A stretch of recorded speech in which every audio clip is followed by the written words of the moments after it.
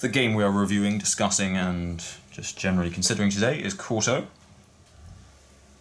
Now, this is basically a complex version of 4 in a row, or a really, really complex version of tic-tac-toe. The aim of the game, with inside these 16 circles laid out on the board, is to create a line of 4 of pieces of the same characteristic. Now, there are 8 different characteristics to consider. There are flat tops, so that's a line of flat tops. Holes in the top, that's a line of holes in the top. Colour, so then you've got a line of white, a line of brown. Then you've got the shape of the pieces, so you've got a line of circles, a line of squares. Then you've got the height of the pieces, which a line of short and a line of tall. So these are the 8 different characteristics to be considered, and the 8 different characteristics to keep in your head when playing the game, because you need to look out for these lines being made. You need to attempt to make these lines while attempting to stop your opponent making lines. So,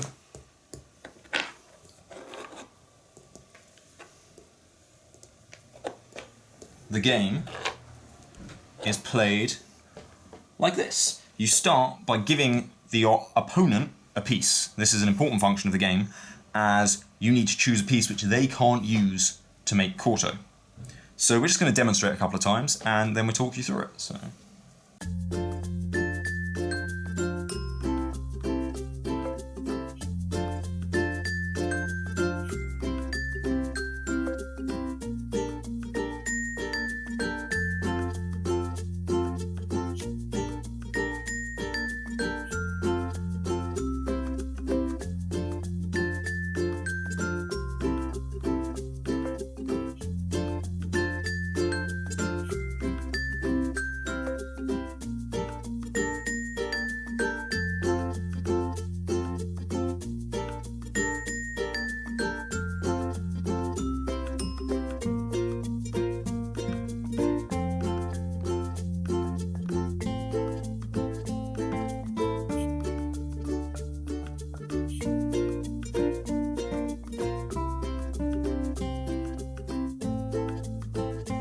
So those were just 2 very quick examples of how you play the game. So now we'll just talk you through the basics. The aim of the game, obviously, is to create the lines. And basically, I mean, the instructions say roll a dice to see who goes first, but we prefer to play rock, paper, scissors. Oh, and so the person who goes first passes a piece to the opponent, as we did before. So, say I give her this one. Now, the very first placing is not so important, as there's nothing to work off of, there are no lines to be made. I mean, there are considerations to be taken into place, but it doesn't really matter. The next piece placing, again, is still not so important. I mean, what she's given me here is a short, white, square one with a hole in the top, which is the polar opposite of the piece I gave her. There are no matching attributes between these 2 pieces. This is a circle, this is a square, this is brown, this is white, this is a flat top, this has a hole in the top. This is tall, this is short. So even if I put this one next to this one, that creates no fear of a line being made. They're both made of wood. Okay, if that was the case, any 4 line, you could consider that they were made of wood. Well done, Miriam, well done. So I give her this one.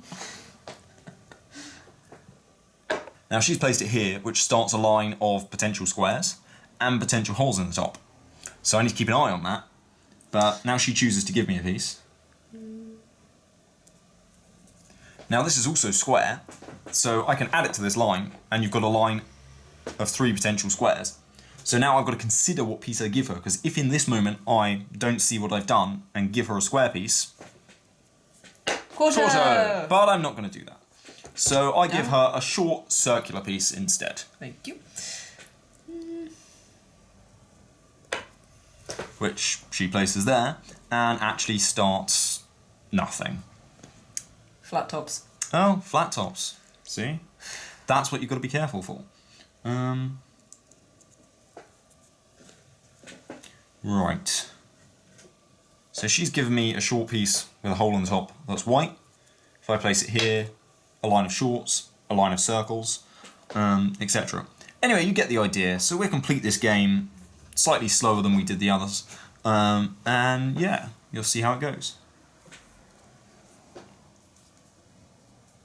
Quarto. And that was the completion of that game. So as I said, you've got to be careful to consider not to give her a square piece, because then it's Quarto. Additionally, what I should have done is given her a circle piece, or with the circle piece she'd given me before, shut that line down. Now it is possible, as we discovered by a lot of fiddling, to actually fight to a complete stalemate where actually no line has made Quarto, but it's actually very difficult. The more likely thing to happen is for, say she had done this, she'd not realised it was Quarto, then she'd handed me a piece,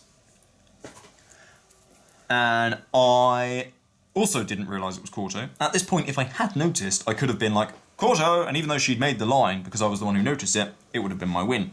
But at the moment I placed the next piece, then it would have been no one's Quarto. That line then becomes redundant even if we notice it later in the game, and no one's won.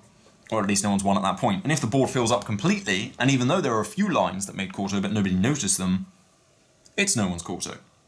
Anyway, I really like this game because it's quite simple in conception, but is very difficult to think about. It's sort of the whole, takes a few seconds to learn, a lifetime to master kind of thing. But, I don't know, in some respects though, I still think there's a heavy element of, not exactly luck to it, but it's all just down to how much attention you're paying in the moment, which you start thinking about what you're going to eat later tonight, and yeah, you just lose the game. So yeah. What do you think of it? I like it quite a lot, actually, and I like that today I've won most of the games as opposed to last time we played where I lost all the games.